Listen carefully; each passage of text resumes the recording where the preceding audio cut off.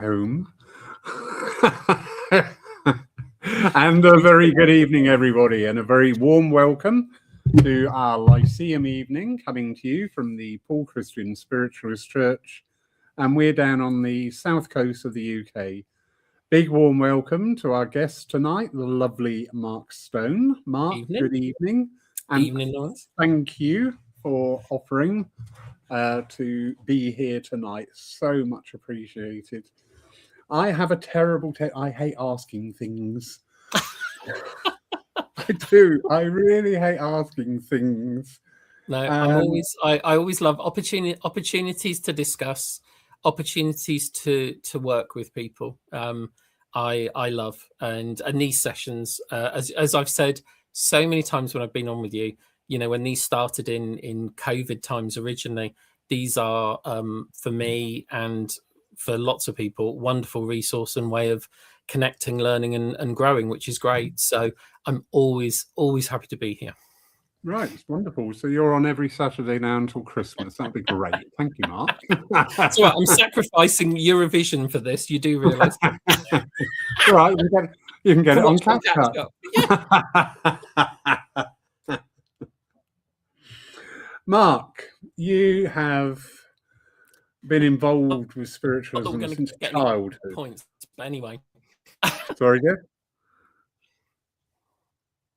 Sorry, you just wobbled a bit there. Yes, it's all right. You're back again. You disappeared on this end as well. We have technical glitches, gremlins. Just those deer in the garden nibbling the lines. I was just saying, you've been involved in spiritualism since childhood. Yep, born and raised. And your various talents and skills and the development of Mark in Reiki, in mediumship, in teaching, tutoring, mentoring, so many fields, so much to talk about. And here we are today, 2026. I found it very interesting. I was very fortunate to be given a big box of really old newspapers. And I did find it really interesting that so many of the topics being talked about in like 1936, guess what? Same topics. We're still arguing about them. Yep. Well, when we went on our open day to Stansted, that very early morning start that we had, and I said to you, didn't we? That was our first conversation. I got that hymn in my head, Tell Me the Old Story. And I said to you that day, I said, no matter how many decades go by, we're having the same discussions, the same concerns, the same issues, the same worries all the way through. It's just a different generation experiencing them, but it's the same things that are going through. And I was fascinated when you got those papers, because I've got loads of back issues of all sorts of things. And it's fascinating when you go back and you look and you see different mediums and the mediums of the time and the reporting of spiritualism. More than now, everything tends to be kind of glossy and celebrity, rather than here's a paper that's actually showing you all of the churches and what's going on and really quite serious debate and subject matter within the papers and things.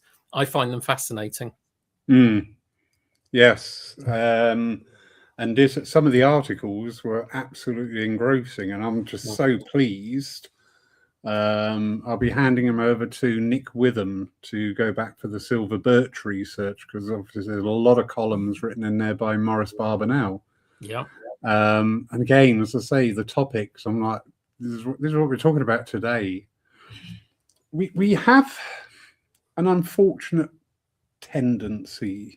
I'm going to talk about spiritualism, but I'm sure you can mirror this onto any demographic.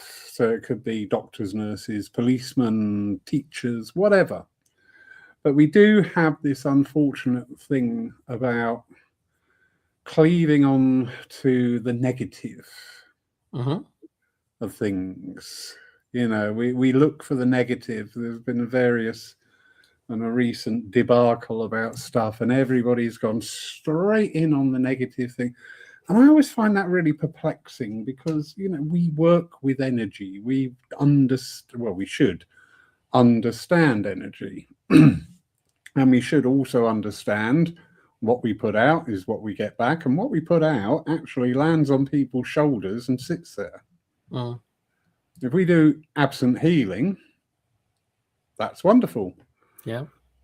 In the same manner, if we're doing absent maliciousness, it has an effect out there for sure. Exactly.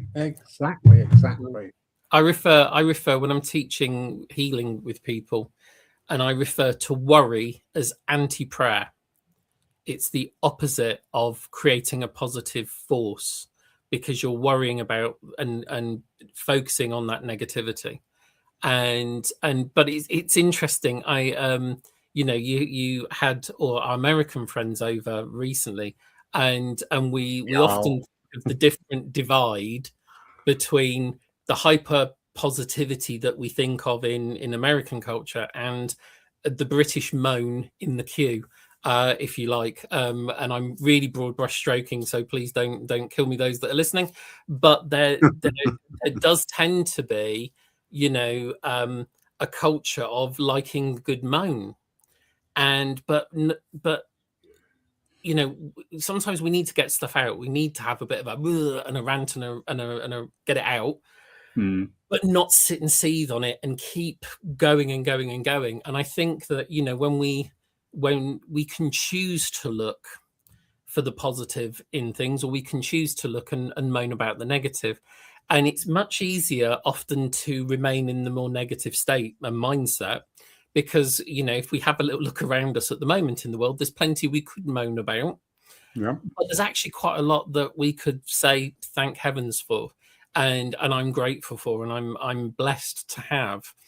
But I think it's about how much energy and effort sometimes to stay more positive it can be, because it's easier to get swayed into the negativity, and depending on what we're going through in our life at the time, what experiences we're having, what we're up against within relationships, health, well-being, it affects. And we are oscillating emotionally, mentally, spiritually, as we move through life. That's a given.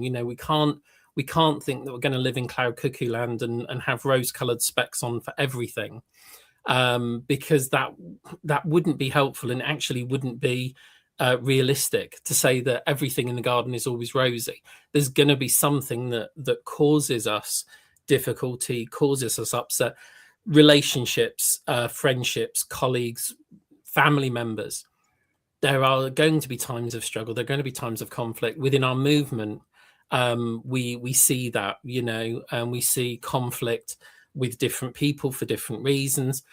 We may feel, that we're against it, or people are against us. Again, that can sometimes just be a perception. I've met many people that go, someone doesn't like me, they don't like me. You go, how do you know? What have they said? Well, it's nothing that they've said or done. And you go, okay, so at the moment, that's your perception, but maybe you're perceiving them wrong. I can always remember there's somebody that I said to my mum, and I said, I don't think they like me. I don't think they like me. And my mum said, no, they do. They really talk highly about you. And anyway, when we finally got to know each other properly, she said, I was so frightened of meeting you, and always so fearful of talking to you, because I'd heard so much about you before I met you. I was fearful. So what I was reading as she was holding back and being defensive was her fear about who she thought I was and how I would be. But I was reading it in she doesn't like me for some reason. What it was the fear of wanting, to connect, but not sure how to approach me or how to work with me. So, we make assumptions, we make, we have perceptions of the world, which sometimes are not necessarily our mediumistic or psychic perception. Sometimes it is, we're getting in our own head and projecting our own stuff to do with other people. And there's a lovely comment: what other people think of you is none of your business. Very If true. they like you. If they don't like you, stuff them. That's a polite one. I kept that polite. Did you hear that? Because it's going to get replayed. I don't want it bleeped. But there is, we, especially I think in all areas of life, and again, as you said, in all areas, there are we don't want to make enemies. We don't want to have problems with other people. That's not what we want. There are some people that love the drama and love conflict. That's almost their reason to live, their raison d'etre. But for a lot of us, we want to be liked, and we want to be have nice relationships and nice friendships, and we don't want to upset anyone, and we don't want to hurt someone. But things that we do may have a knock-on effect that causes that. We might make a choice or a decision in our life that upsets a family member. You decide to move to a different part of the country or a different part of the world, and there's this tug on the heartstrings about, I don't want to let my family down, but I also want to have this experience. Or it may be that family members don't always approve of your lifestyle or your partner or your whatever you choose to do, your job, whatever it may be. And then we have the wider world, the people that we come into contact with. And again, we don't want to upset anyone or hurt anyone in any way, shape, or form deliberately, but unintentionally. We may not, as we walk the corridor, because we're in our own world. I don't know whether that's, we've had a cutout there, so we may walk past someone in the corridor. I'll repeat it. Did it do it? Okay. Walk past someone in the corridor and pay them really no attention, and that person thinks that we've upset them and that we're upset with them. But we might have been in our own little world because we're concerned and we've got the weight of the world on our shoulders, and we've not deliberately blanked them. We haven't really been thinking about our surroundings. We're engrossed in our own little mindset. But the person goes away with a perception. And that's the thing. There's a lovely my friend Mickey was telling me about, I think it's Breen Brown, the author, who says, ask the question. So if you're concerned about something, ask the question. Don't sit there pondering, does this person like me, or have I upset this person, or have I done it? Go and ask the person the question, because often what you think they're thinking isn't what they're thinking at all. And you can sort of find out, what is there a problem? Is there an issue? Have I upset you?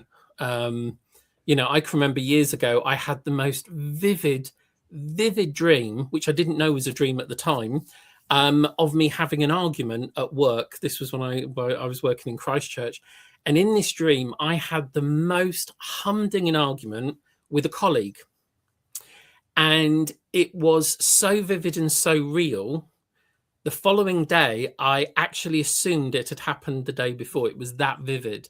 And the colleague in question that following day didn't talk to me. Wherever I went, they moved out of that space.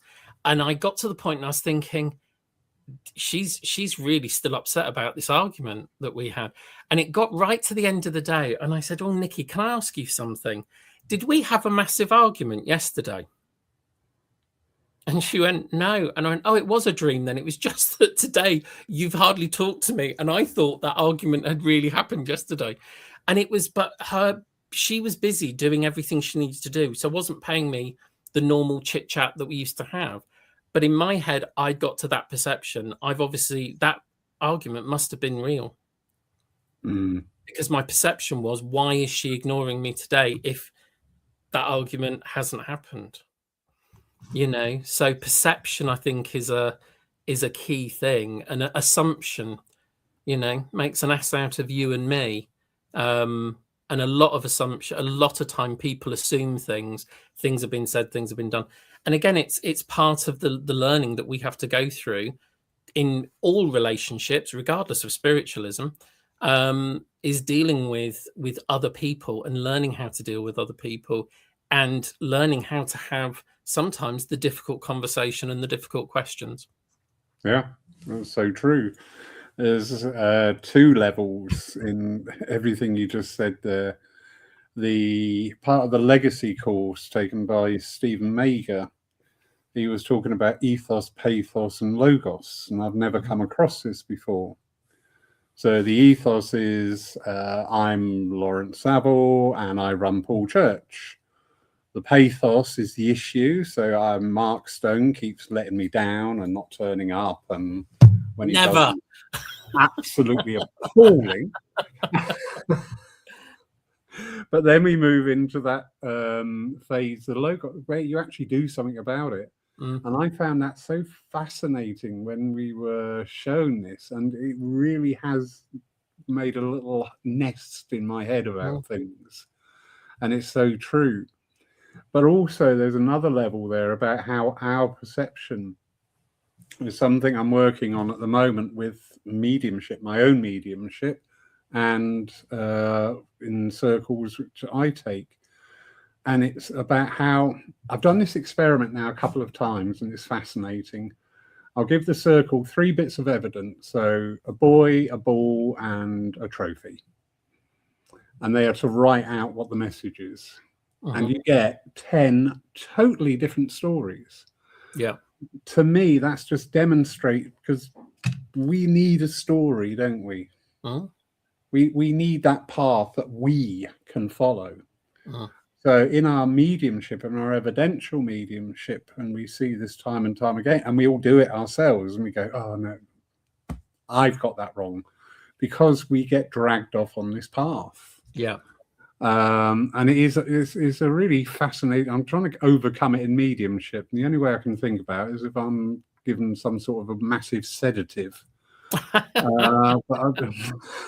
probably not a good idea. But you're back to that idea of trying to get out of the way, which is a prevalent thing in a lot of, when I go on workshops with trance or mediumship or healing, you keep hearing people saying, I want to get out the way more.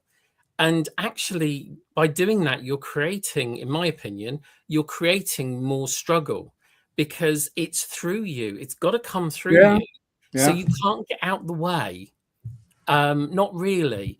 What you want to be able to do is put aside the analytical mind a bit, the questioning mind, the doubting mind. You can still ask questions because you're communicating.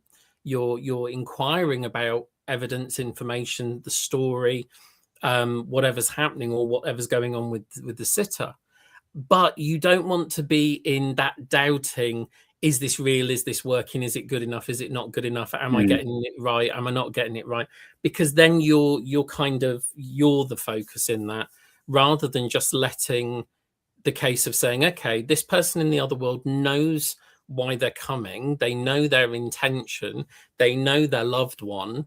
And, my job, if you refer to it as that, is to be able to put across and bring out what's there. And yes, there may be times when we get it just a little bit off because we take it to a personal reference. But that's quite common, though, because we're generally going to pick up on and sense and feel things that we relate to.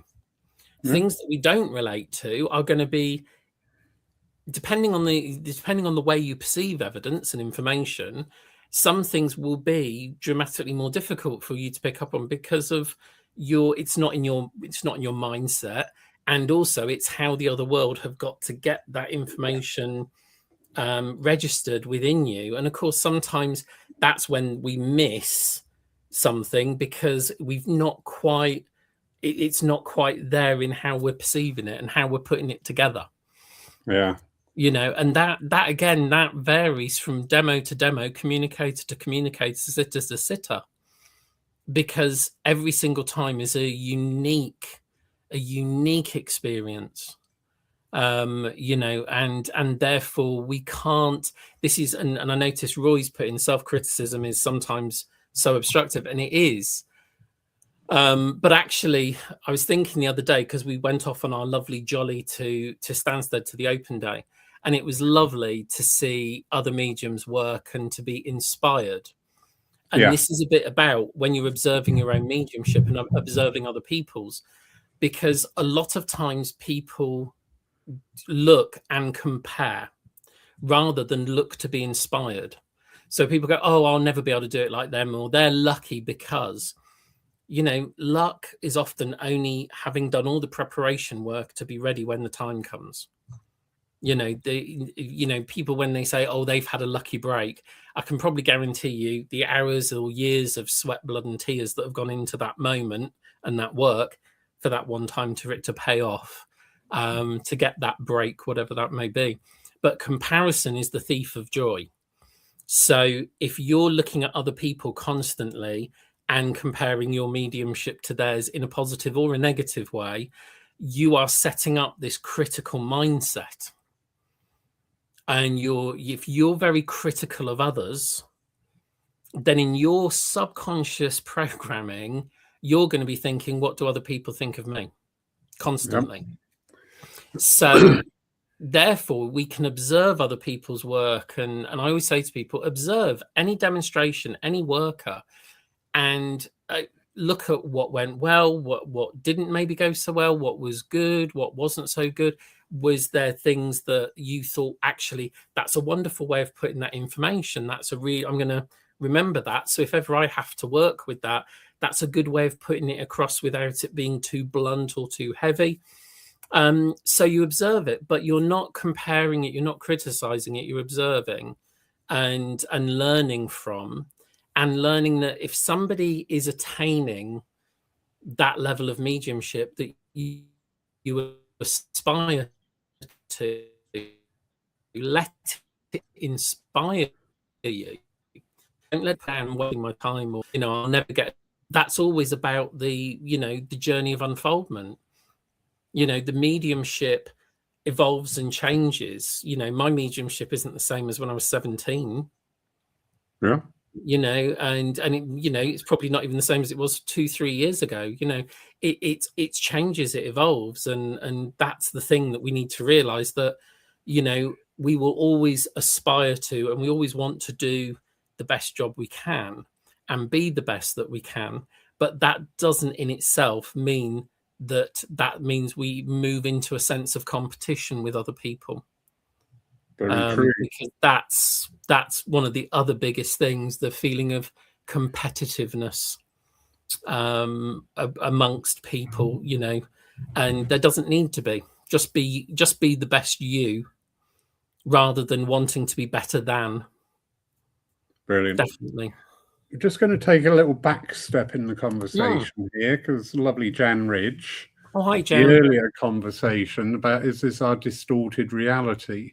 And I find that interesting, because the thing that sprang to mind is, if you lived in a tower block of 100 flats, you're going to have 100 versions of the world.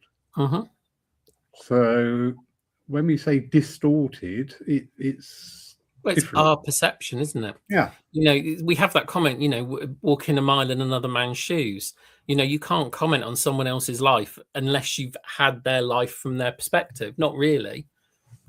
Because you don't know, not one person's life is the same life as anyone else. Even if you took identical twins that did exactly the same things every day, their perceptions of the world will still be different. They will still be different, genetically very similar, but as the individual that they are, very different. And I think that this is again why, in our personal development, and I'm sure this is things that you've come into on the legacy course, we have to learn what the world is to us, what our mediumship is to us, what the divine God power is to us, and we have to look at what it is to us. And about us and our mediumship, I was thinking about this the other day, and I thought, we should come to a point in our awareness and our development that we should be secure enough that we don't need anyone else to approve. Yeah. That my belief, my understanding, my perceptions of the world, whatever it may be, I am happy with, I'm comfortable in, and I don't need anyone to agree with me for me to be secure in what I feel and what I know. So therefore, if somebody has a difference of opinion, that's absolutely fine. I don't have to argue to bring you onto my side. Yeah. I don't have to force you to be one thing or another.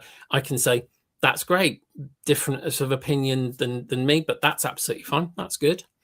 But we often find nowadays, I think we've talked about this before, everybody has become a keyboard warrior since our days very much behind the keyboards for COVID.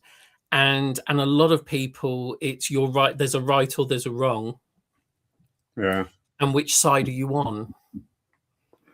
And, we can take that within spiritualism and also outside of spiritualism, looking at the world and political circumstances, etc. We all have our own opinion on what's going on, and we all have our own perception based on where we get evidence and information from. Again, exactly the same in spiritualism.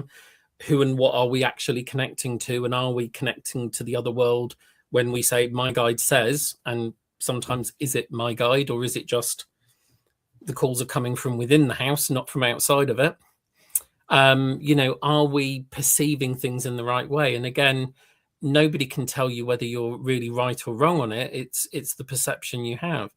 But we need to realize that other people may not take our perception, our perspective, and approve of it, like it, run with it, or not want to become in conflict with you because of it. Yeah, so true. It is a thing that I've noticed, and do it myself, although I'm working very hard not doing it now, is after working, whether it be one-to-one, stop smiling, one-to-one or yeah, no, that's another issue. That's for another night. Is we beat ourselves up. Mm-hmm. We come down and think, I didn't get this, didn't get that, and it's always like these first thoughts. Didn't get this, didn't get that, didn't get, and I just think we really need to work on this balance thing here. That's comparison to an expectation, because we know when we have what I would call the golden moment, when we get a message where you can't put a foot wrong, and that all this information and all this evidence and this story and names and all sorts of stuff comes out in the message, and you absolutely feel like you've been touched by the hand of God in that moment. The thing is that, like we said earlier, that isn't necessarily every single time you work. Yeah. And you compare, rather than thinking, okay, this may not have been the greatest that I've done this year, or this isn't the best service that I've did, or last week's service was much better. But actually, we're judging someone else's message. And as the medium, we're starting to judge whether we think that we did the best for the spirit world because we didn't get what we wanted. But that might not have been what the spirit world needed to give in that moment. We come back to what is evidential for an individual. What does an individual need in a message or in a communication? And often, we're wanting a certain level of evidence or information that we feel proves our mediumship to be correct. But that's then making mediumship about us. Yeah. And the demonstration of mediumship is about everyone else but us, because it's about the spirit world coming and having their voice, and the recipients receiving that message. We're the intermediary. Okay, there is an importance, because if we weren't there, that experience wouldn't be happening. And our nature, our personality, whoever we are and however we present, becomes part of that message. But actually, whether we think whatever we think of it isn't essential. We can observe again and say, do you know what? Yes, that felt awkward. But then look at, well, why did it feel awkward? And not in a negative way that we then start to say, oh, I wasn't doing my best for the spirit world. Just look at what was the lesson in the learning in it. How are we going to work with this? How are we going to move with this? And, and then listen to the people. I'm sure every medium, because I know we've got a lot of mediums on the chat again this evening. sometimes we think we haven't done a good job, and a person who's received a message that night comes up and says, that was just wonderful and it was so moving and so touching, or that was my dad and it was just him, and we need to listen to the response from the people around us, the people who've had the message, not go, oh, I didn't get your dad's surname, or I didn't get his driving plate number, or I didn't get his date of birth, or I didn't get his. If they came up to you and said, oh my God, it was like my dad was standing there. Yeah. Doesn't matter whether we got the evidence we wanted, they got the experience they needed. That is so true. And we got to remember, when we do what you were saying about earlier, we go out and watch other mediums work, not to be critical, not to, what was it somebody posted very erroneously a few years ago? I sat there deliberately trying to block them, and I'm just like, oh nice. My God. How wonderful. How nice of you to go to a demonstration wanting to be disappointed. I know. I was just like, wow. There's more about you, mate, than anything. Anyway. It's nothing wrong with spiritualism. It's just the spiritualists we got to get sorted out. You get people. I mean, we all, and I have to be honest, sometimes some of the best messages have gone to people that as cross-folded arm skeptic, who's been dragged along normally by their other half, that said, oh, you got to come and see this. And then when they get a message and you see the change in them, and then almost quizzing their other half, going, did you tell them about Dad? Did you tell? Where you reach. So, but if someone knows about energy, if someone knows about that dynamic, and are deliberately going with the idea of, I'm not going to enjoy this, or I'm coming to tear it down, then that's silly, really, and it's sad. Go along and watch another medium. If you find that medium doesn't resonate with you after that demonstration, then just don't go again. Yeah, it's fine. It's okay to say, do you know what? Not for me. We can't all be everyone's cup of tea. Crikey. We don't all appreciate each other's senses of humor. We don't appreciate the way that sometimes people demonstrate or do, Mr. Tack. That's the key thing. You've got to, as congregation members, realize the importance of your energy in that room as well. And again, we don't educate congregations enough about that. I think a lot of people come in wanting to be entertained, or sometimes wanting to be awkward, and say no when they mean yes.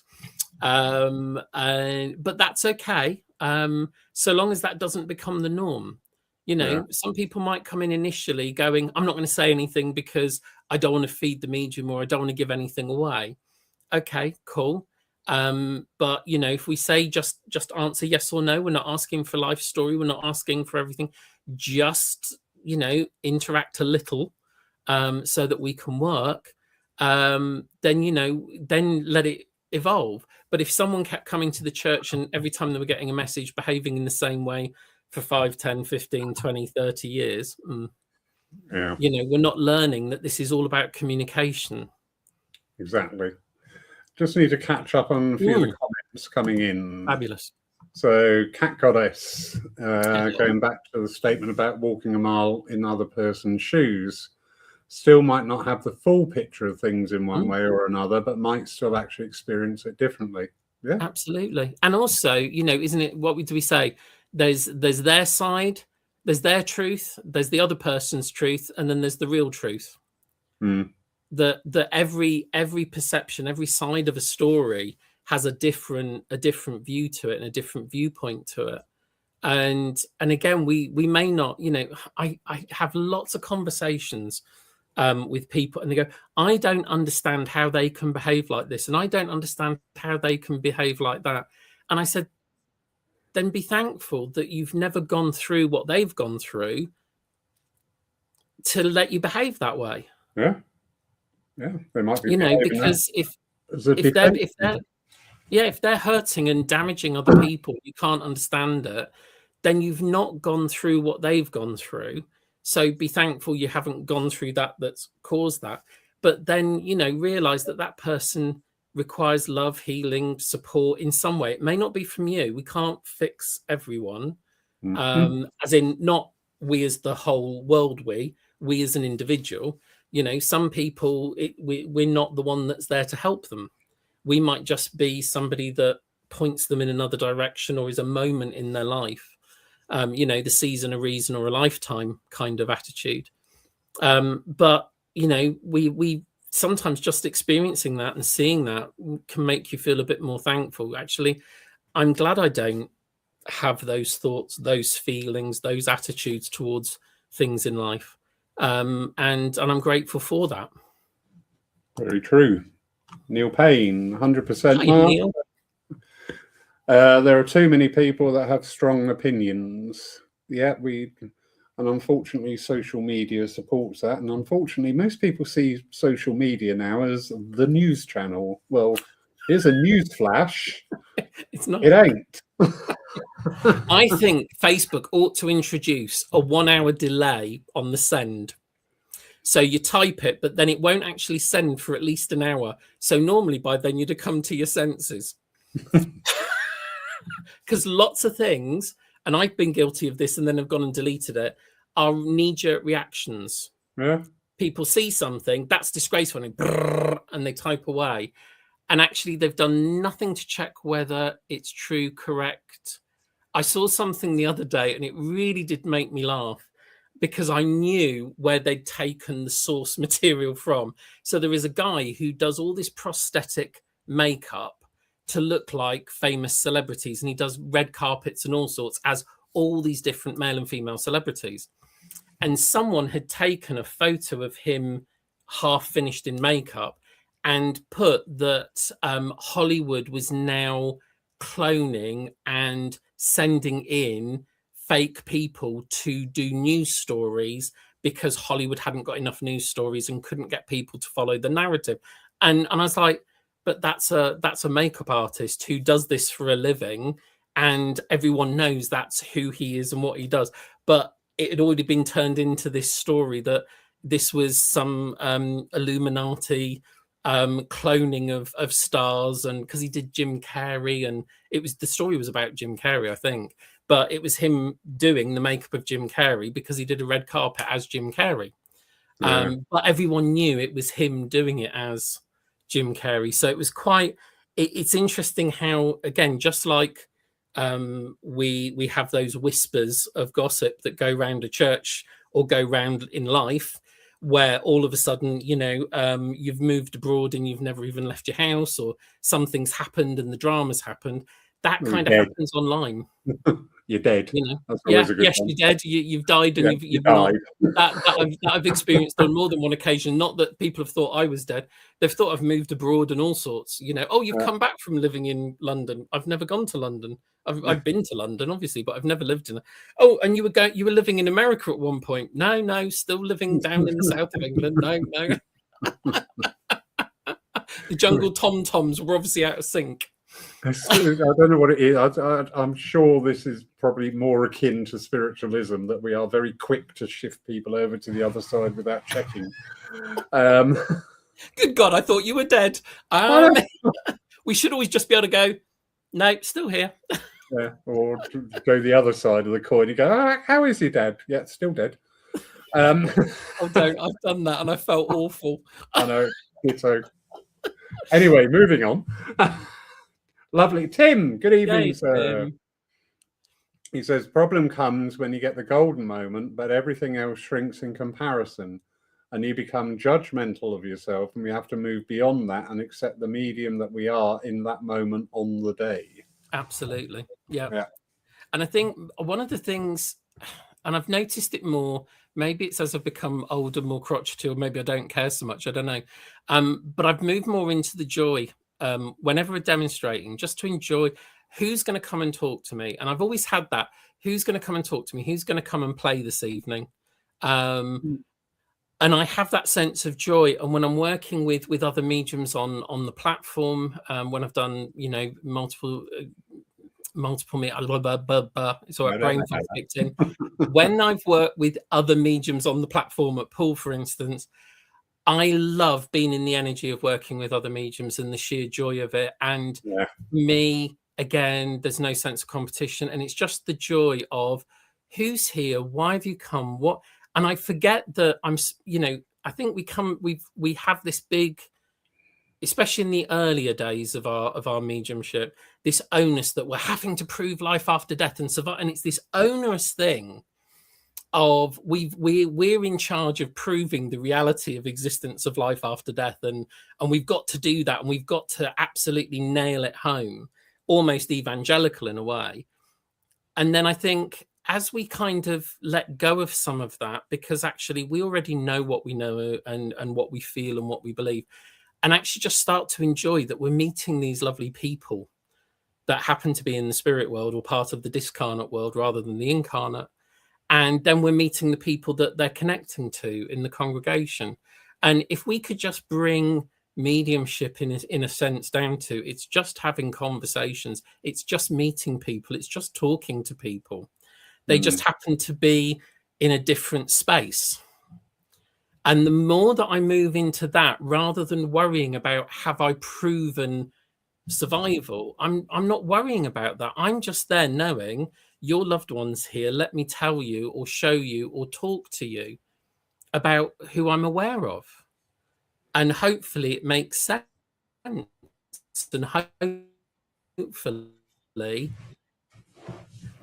you know, there's the messages or emotion that comes need that in that moment does its job, whatever that is meant to be. And that I've just been lucky to have been the intermediary. I've been, you know, the telephone, if you like. Yep. And it's Yep. No, I'm here. You keep going a little bit. Oh, sorry. You look like you'd frozen. Frozen. You were enwrapped. Ready to entranced. Again, this comes back to that word evidence, doesn't it? Yeah. And I think, you know, with the conversations we've been having so far tonight, the only person who can say that was evidential is the sitter. Totally. That is the only person. Yeah. I mean, we are pushed, you know, and my mum, 5'9", permed hair, blue eyes, heavily built. She's not going to keep coming through every time saying I'm 5'9", I'm heavily built, I've got permed hair. She's going to come through, I'm his mother, and tell him. Yeah. And you know, I always used to sort of say to people, have a think as well. If I asked you to, what is it you remember about me when I'm gone? It won't necessarily be probably my name, won't be the first thing you think of. If you were thinking of me, you might be thinking about my terrible laugh, my terrible jokes, my filthy sense of humor, you know, my love of Baileys. You know, it might be all manner of different things, but it won't necessarily be, my name won't be the first thing you always think about. Yeah, that's so true. You know, and if I ring my mum, I don't go, hello, mother, it's your son, Mark. I just go, it's me. And in my mind, and I know this is the job of the medium to find out the connections and whatever, but actually, are we at times getting in the way of the flow of true mediumship by wanting it worked in a certain way evidentially? Now, doesn't mean that we're not going to get loads and loads of wonderful evidence and we're going to have proof. But, you know, what if somebody wants to start with the message before there's evidence of who's there? You know, I want to come and talk to you. I'm drawn to you, and I want to talk to you about this because I'm aware of someone in the other world who's bringing this forward and working with that way, and then going, okay, but let's just find out who this is from. Now, sometimes in our wonderful movement, there'll be people sat in the congregation going, oh, they're just working psychically. No. Whereas actually, no, does that happen? No. Tell me the old story. But the fact is that everything, you know, if we think that everything is energy and everything is connected in many different ways, yes, somebody could read lots of stuff from you. They could read all your memories of your loved ones. They could get everything from you in that psychic awareness and perception.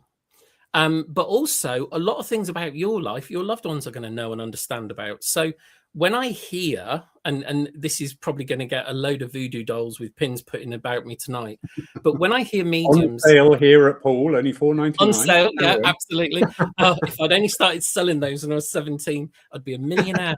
But if you had, I find it really difficult when you hear people say or people teaching say all messages from the spirit world are not from the spirit world. They're all psychic. The medium's gone onto the psychic and is reading psychically. And I argue the toss on that, and I will stand on that. That'll be a hill I'll stand on till the day I die. That your loved ones come because they know there is often need. And they know and have listened in to conversations. They have seen you in maybe your despair or your deliberations or your doubts or your crises moments. And therefore, they will bring whatever it is they need to bring. And then if we're starting to, and I've had this happen where mediums have given loads of evidence and then just say, they just wanted to check, they just wanted to say they loved you, and that was it. And I'm like, but I'm in a moment of crisis where I've asked that person for support and it's not come. To say, yes, I'm proud of you or I love you, fabulous. That's really nice. But I know that that medium is going to get an ear bending if they were paying attention from my loved ones going, why have you stopped talking? You've proved we're here, but then you've cut us short. And there's a thing, I never released it because every time I was going to release this article, it was after I'd been to a demonstration where it had happened to me. And I didn't want any medium to think it was about them. But I have a thing called the empty envelope syndrome. And it's where you've been sending out your thoughts to the spirit world for so long, asking for help, for clarity, for whatever it may be. And then one day the letterbox rattles, and when you go to the front door, there is a letter there, and the letter has your name and address on the front of it, and on the back of it the return address is the name of your loved one, and even on the envelope there's the smell of their perfume or their cologne, and you are so excited because you know that this communication has come for you in response to what you've asked for. And when you open the envelope up, it's empty. There's no message, there's no letter. So we know that the person's heard us. We know that the person wants to communicate with us. And then we've stopped there being a message. And I've had that. I can't tell you how many times. I don't know whether people just freak out when they get the connection and go, oh God, it's you. How many times has that been said off the platform? Oh God, it's you. And it's like, I'm lovely to work with. I'll take a message really well. But the amount of times the evidence has been there and then the message has always been kind of cut. And I've seen it happen a lot. And I think you've gone for me personally, you've gone too much on, I've got to prove survival, rather than remembering I'm here as the mouthpiece for the other world. I think Margaret's got a lovely comment in there, Margaret Challenger. Hello, Margaret. Let the spirit speak. Yeah, absolutely. And again, you know, we may have other people that tell us you're not meant to say, or, you know, this is our rules on the platform. But then is one of our rules in spiritualism, we've got to censor the people in the spirit world? I don't think it is. And again, you know, we come back on the evidence. Think you only gave 3 bits of evidence. All right, I only said 5'9" mum and blue hair or whatever, but the recipient totally understood the manner and the content of the communication as their mother would have said it. Yeah, we had a lovely overlook that evidence. Yeah. We had a lovely moment in Circle many years ago, and I had one of my students, I said to him, I said, right, we're demonstrating tonight. And he went, oh, do we have to? And I went, yeah. And I said, so we're all going to stand up and give it. And he went, oh, can I do it sat down? And I said, if you want to, but I said, you're not getting out of demonstrating. Oh, thank you, Ashley, bless you. So anyway, he sort of sat for a bit and then he went, I've got this lady here. And then he put his leg out to the side and he put his hand on his leg, and she's running a hand up her leg and going, "What lovely legs I've got." And we all started laughing, of course, because here he is sat in circle, rubbing his hand up his leg.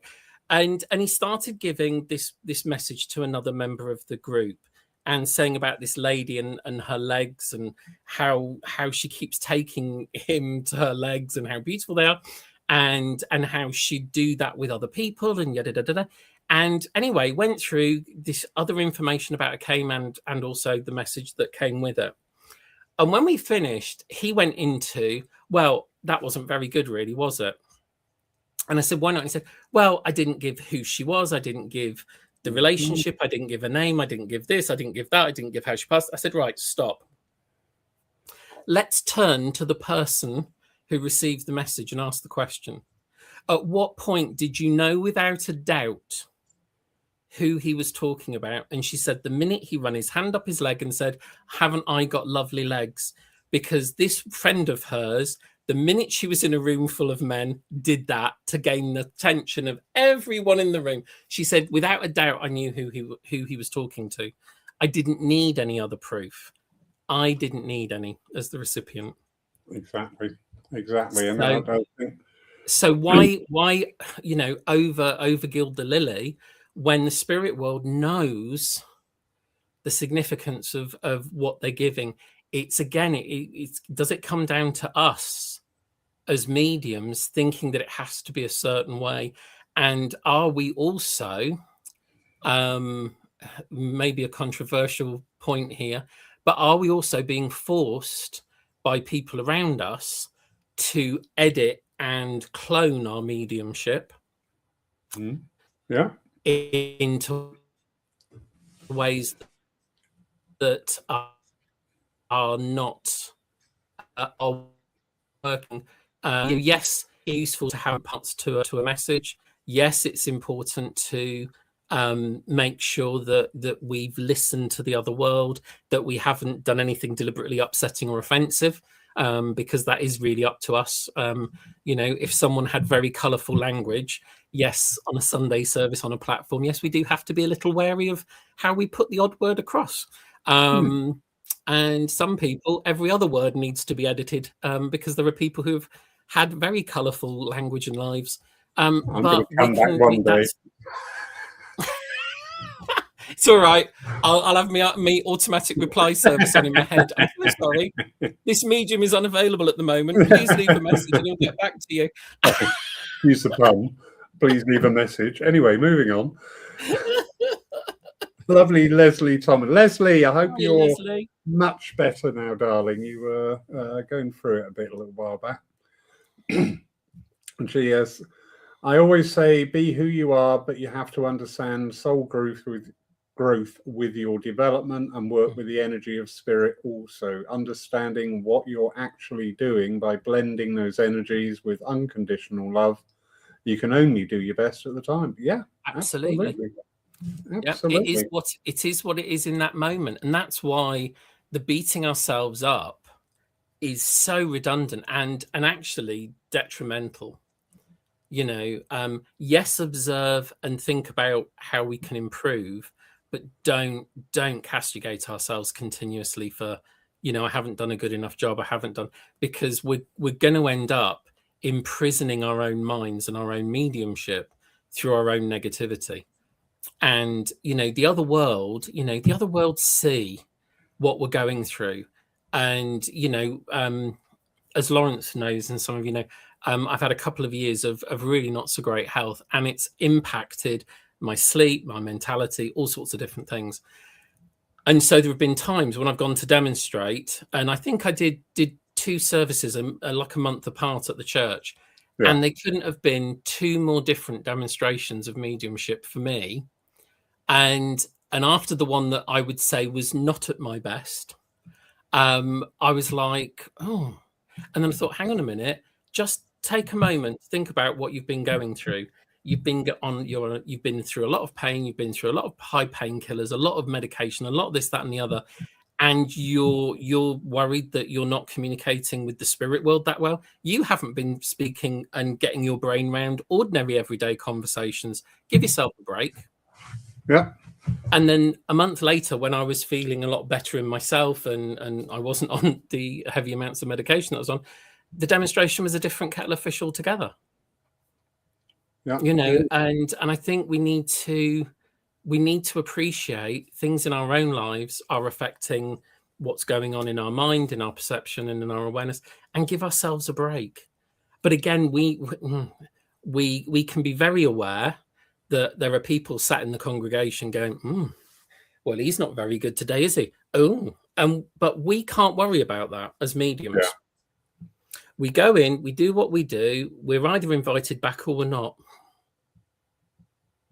And you know, and that's the thing. I was thinking about this earlier, funnily enough, about honesty within our mediumships, our churches, and things like that. You know, back in the day, if a grand dame of spiritualism sat in a church, didn't think you were ready, and you were up on platform, they'd have told you to go back to circle. Now people don't approach people with a level of honesty to talk about their mediumship, or if they're having problems. He does, yeah. You, Mr. Tact. But we need. But sometimes we need to. If someone asks us, if anyone asks me, I'll always be kind of honest. Yeah. I won't now go and push my opinion on someone, Exactly. because that's a different kettle of fish. But if someone says, you know, what did you think about that? Or what happened? Well, what happened there? What was your opinion on it? Then I will go in and I'll be gentle and as tactful as I can possibly be. You know, we're not here to burst anyone's bubble deliberately or to create upset or harm. Going back to that earlier conversation, but sometimes we need to sort of say to people, you know, I'm not certain this is the spirit world, or this is where it needs to be at the moment, or, you know, I can remember I went to see a trance demonstration and the energy in the room was amazing. And I was like, oh my God, this is going to be brilliant. And it started off with philosophy, and then suddenly it turned into trance clairvoyance, but the energy just dropped like a stone. And the medium was back out of trance within about 15 minutes. And afterwards, the medium said to me, because there was someone I knew, and they said, what happened there? And I said, do you want me to be honest? I said, whose decision was it to start giving messages during the trance state? Yours or theirs? And they went, well, everyone wants a message, don't they? And I went, no, that wasn't what we were here for. We were here for the message of philosophy. And you brought yourself back out of that control state, back into ordinary clairvoyance, and brought yourself to full consciousness. Now, it doesn't mean you can't do trance clairvoyance, by the way. I'm not saying that scuppers it.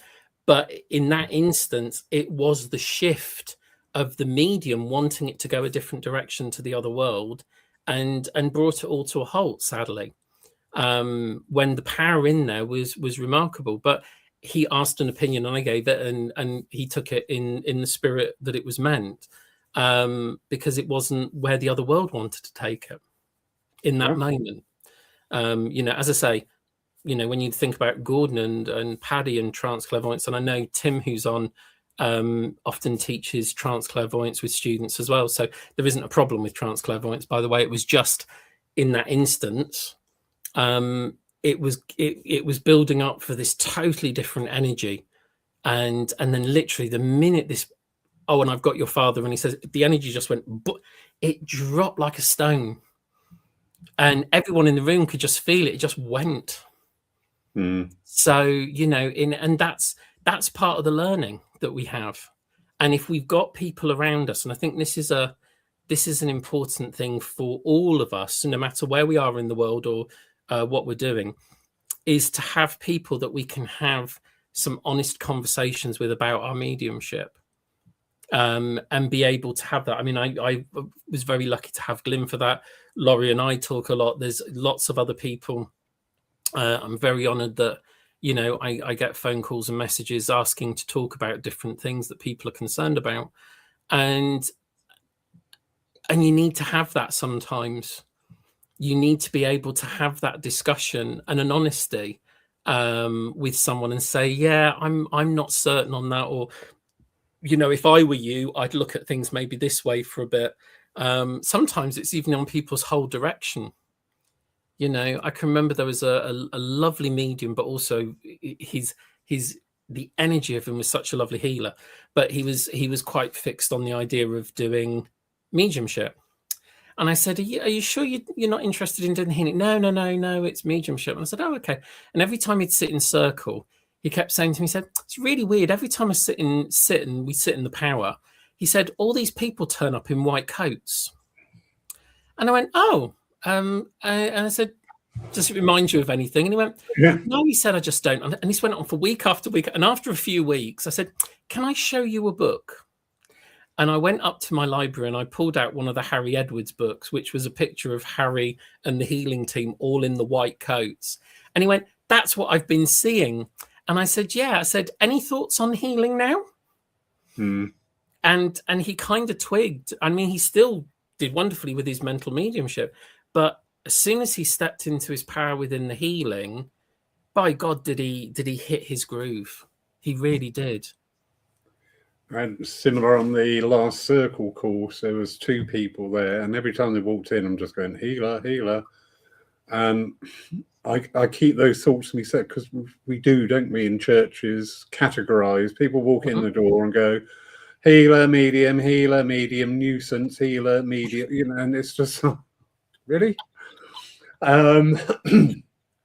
So one of the circle nights, we worked with healing. Yeah.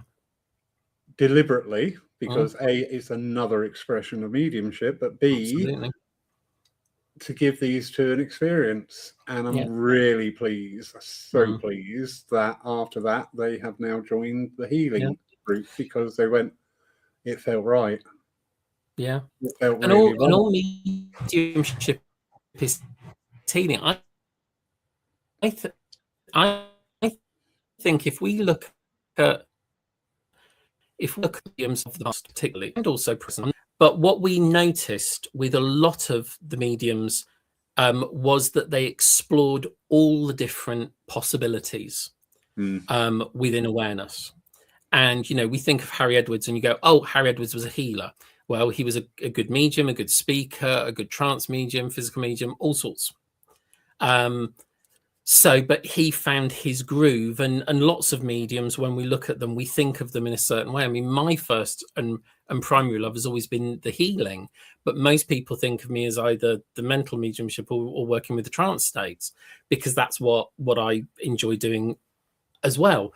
But we are multifaceted, and a lot of people, not a lot of people, a chunk of people want to shortcut or fast track to what am I? You know, what am I? Am I a medium? Am I trance? You know, a lot of people say to me, am I trance medium? And I go, well, everything's entrancement. So trance is in there, but it isn't necessarily, is it your thing? Well, only you'll discover that by sitting and working with it and working with the other world and letting the other world find out what's possible with you, and how that trance expresses itself in different ways for different people. You know, no one size fits all, and no one method is correct for everyone. But again, people going, oh, what am I? I want to be told what I am or what I should be working on. And it's like, well, actually work on all of it. Look at all of it. You know, and this is why I'm always a little reluctant, as you said, to push people in a direction. And I often say to people, you know, just listen when we're talking.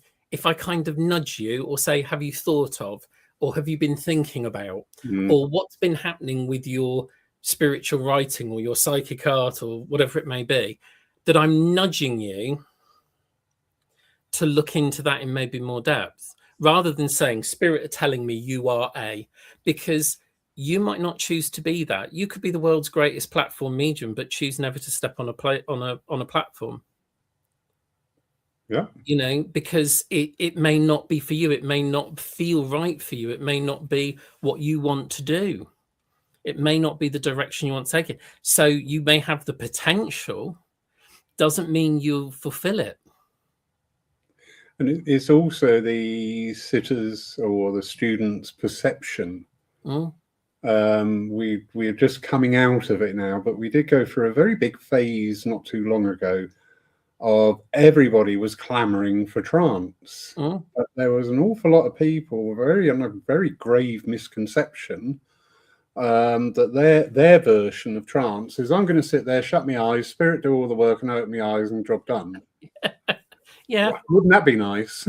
wouldn't it be lovely? I did when I went over to Holland. You know, when I said about people with the voodoo dolls, well, someone made a bit of a complaint on my first night because I said, any of you that think that the spirit world are just going to take over and do it all for you are absolutely wrong. I said, you are not a puppet. The spirit world are not going to pop their hand up your bum and make your lips move. It doesn't work that way. Most of the people laughed. One or two weren't impressed. But I am what I am at the end of the day. I am what I am. But it's these ideas of, I'm going to get out of the way and the other world are going to do it all. We are working together. We are working in cooperation.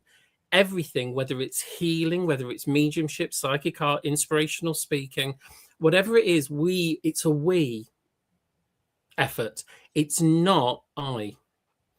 And if we can get beyond this I, because it's the I that worries about whether it's good or not. If we felt into the power at the end of a demonstration of how the spirit world felt, we would not be going away going, I don't know whether I did that well, because we would feel the love and the gratitude that was there that moment happened. If we recognize that within the healing, that it's having a profound effect on us and the recipient and on the spirit world at the same time. And whatever that person's healing journey is, has no reflection on whether we're a good healer or not. Because again, healers do that. I've had people that are healers saying, but I'm not a good healer because that person passed away. And if I was a good healer, I'd have been able to. And I said, no.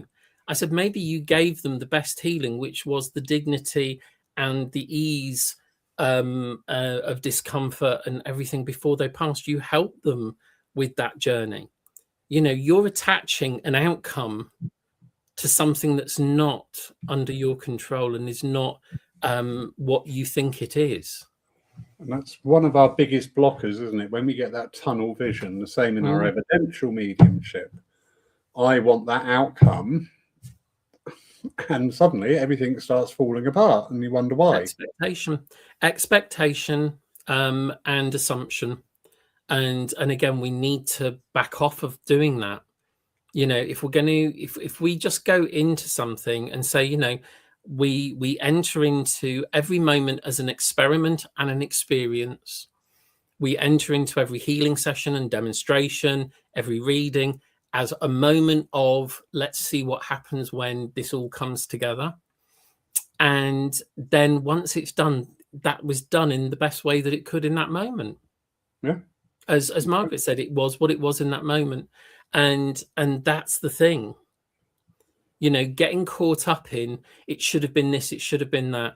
You know, when I talk to students about healing, and I said, you know, there are times when you put your hands on someone and it's like the entire national grid is flowing through you.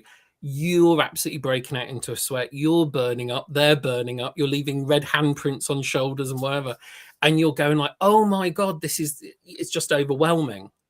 And then the next person sits down and you put your hands on them and you go, are these things on? and you're just thinking, this is awful. This healing is terrible. This is compared to this last person that was like the national, and when you finish that session where you think virtually now it's happening, the person gets up and goes, oh my God, that was overwhelming. And you're thinking, thank heavens it wasn't the national grid.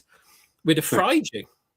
So again, the healing intelligence and the need of the individual is unique. So again, you can't judge how these things go. And again, you can't judge very well your own mediumship from within the experience, because to you, it's a different perception as to what everyone else is seeing out there. Yep. You're in it, so you haven't got a clear view of what's going on. That's why sometimes having a good mentor or friend who can watch what you do and how you work and give you little pointers of things that maybe are a bit annoying, because sometimes we get into habits. I used to say to people, after everything. So I've got a man who's about 6'4", and I do that. And my mum went, will you stop with the knows?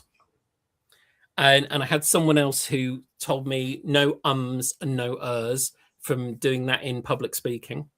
Leave it as a pause. Yeah.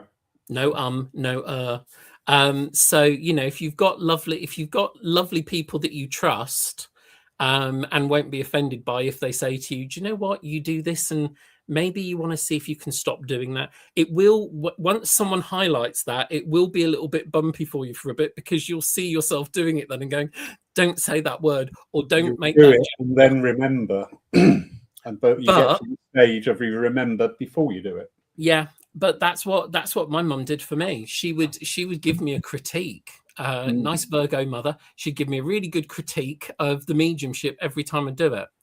And so she'd say, you did this, but it didn't come across very well, and you said this and it didn't make sense when you were saying it, so maybe you need to think about. And so she would do that for me. And I would trust her to do that. So, and I think that's, again, this is where having people you can trust, whether these are people that you sit in a circle with, or whether these are mentors, or whether these are colleagues or friends or even family members, whoever they may be, is really, really key, I think, because otherwise mediumship can become very isolating. Yes. I know, when you look at some of the people that are online here who we know each other from way back in the day at the college, you kind of go off into the world and start working, and sometimes it's literally you and groups of students or groups of other people or groups of churches, and we're not always necessarily connecting and having that support and time like we used to when we were sat in circle or when we were sat on courses. And so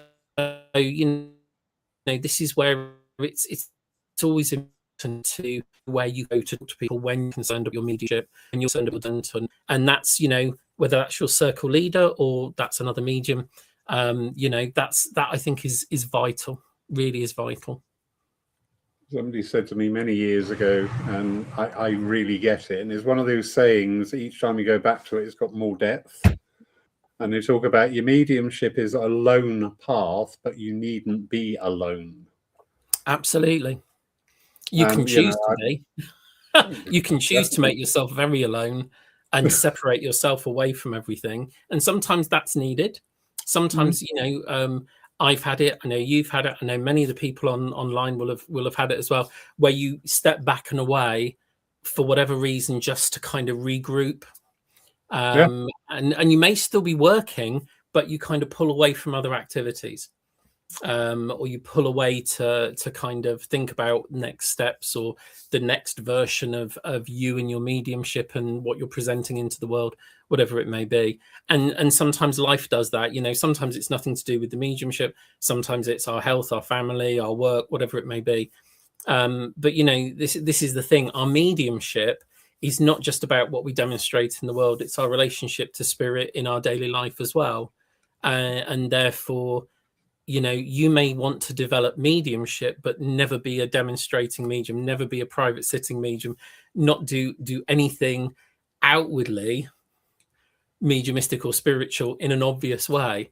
But you have that nuanced awareness and perception in everyday life that enriches your life and the lives of the people around you in a myriad of different ways. Definitely. We need to catch up on a few of the comments here. Oh, yes, cool. So, lovely Reverend Ashley.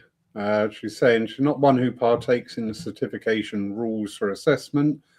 Do the recipients of messages get asked, interviewed by the assessors, that question about the quality of their evidence? I believe they do. If someone's doing the pass schemes and things like that, yeah, I believe they do. Okay, I'm unaware of that either way. So, good question, Ashley. Lovely Margaret. I've been given to understand that unfortunately students are taught that they have to bring forward several points before they can actually go into the evidential part, which is like what you have said. And Margaret's saying that she has lovely legs. There you go. Nice to know, Margaret. Lucky Paul. But yeah, I think you have, again, one of the things I always go back to with Glyn, which some people loved and some people didn't. And again, horses for courses. He would never tell you how to do something. He was never prescriptive. He'd keep telling you to go back and find out what the other world meant, or what the other world was showing you, or why he wouldn't tell you, you have to do it this way. Yeah. So he would let you and the other world unfold it in the way they wanted to lead it, with you working with the other world, rather than being told, well, why haven't you got this, and why haven't he would do that with some of us. I mean, I know Tim and Neil are on here, and I can remember standing on the platform in the sanctuary, and I'm giving this message to someone, and there's Glyn going, and where are they from? Where did they live? And I went, I don't know. And he went, I know you don't know, but they know. And I'm going, I'm not good with geography. I don't know one part of the country from another. And I said, well, there's a cathedral there. And she said, yes, there's a cathedral right next to where they lived. And I went, so they live near the cathedral? Yeah, but where is it? I don't know. And we had this humdinger on the platform. And when I sat down and went, oh, for God's sakes, it was Norfolk. And she went, yeah, it was. The minute I let go trying to get it, I found it. Yeah. But it was just so funny because we had this humdinger of an argument about, she knows it. And I went, yeah, but now I'm trying to focus on it. My brain's trying to work it out. And the minute I sat down, we got it. So it just proves the point. The information is there. Just let go. But don't have Glyn sat there rabbiting in your ear trying to make you get it.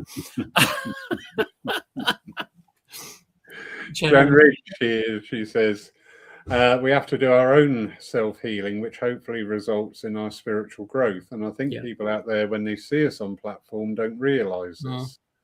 And I think they forget we're ordinary people as well. We don't have all the answers. We don't lead a charmed life. We are very privileged, I think, and honoured in what we're able to, in what we do. But it doesn't stop us from having our own stuff to deal with. Yeah. And often when we go up onto a platform, we have to kind of set all of that aside to be the medium that we need to be for the other world. We have to kind of, how many times, I'm sure every medium that's worked on a platform here, you've got the start of a stinking cold, or you feel rough, but you haven't cancelled because you don't want to let the church down. And the minute you get up on the platform and step into the power, it goes, you feel fabulous. Mm-hmm. The minute you get off the platform, you feel like we're rubbish. And you just think, could you not have kept it away for a bit longer? But, again, we have to put sometimes those life things aside, and people don't see that and don't know what we're going through. And as I say, you can extend that out into the world, can't you? Yeah. Walking through the bus station, I don't know what these people are going through. They don't know what I'm going through, but that's good, isn't it? That's wonderful. Ashley Oliver, look out, she's after something. No, she's lovely. My friend. My friend. We've got lots of friends on tonight. It's fabulous. Are you paying them? Ashley says you're a wonderful, insightful teacher, Mark. And yes, he is. But don't tell him you get pig-headed. Ashley Oliver again, couldn't agree more when we were talking about healing mediumship, philosophical, all the gamut of mediumship expressions. We are multifaceted instruments reflecting the great light in many ways. Yeah. Lovely. Beautiful. Absolutely. You've got to have that as a quote, Ashley, somewhere now. We are multifaceted instruments reflecting the great light in many ways. Have it on a card. It's beautiful. Yeah. I think we caught up. A few people just saying hello. A few people just joining us. Obviously, Eurovision was just finished or something. No, it goes on till like 11:30 or something silly, doesn't it? God. I know. It's a whole night in for everyone. Oh, no. The Eurovision party. Just pop upstairs, sit and cuddle my pussy. Like Mr. Slocum. Absolutely. Say nothing. Oh, dear. Down to earth mediumship. Yeah, this is it. Mark, it's been absolute joy as always. We love our catch-ups. I must come over to you now. You live, not Yes. out in the wilds. No, with my Out in lovely new moorland. abode. Yes, and come and see your deer and your new abode. Yeah. So it's been a wonderful, wonderful night. Thank you so much, Mark. Been absolute pleasure. You are more than welcome, and it's been lovely to see everyone online as well. It's been lovely. Yeah. And yes, big thank you. Everybody who's joined in online as well too. Remember, you can see our service live here tomorrow, and we have Carla Hain with us from Weymouth. There will be no Lyceum next Saturday because we will be in the midst of the rally weekend. Yay! Very, very busy weekend. We've got Phil Dykes, Kerry McLeod, Nick Witham, and Stephen is trying his best, but I've said to him, you don't push yourself. If you can, great. If you can't, it's not a problem. All right. So you might be getting a phone call, Mark.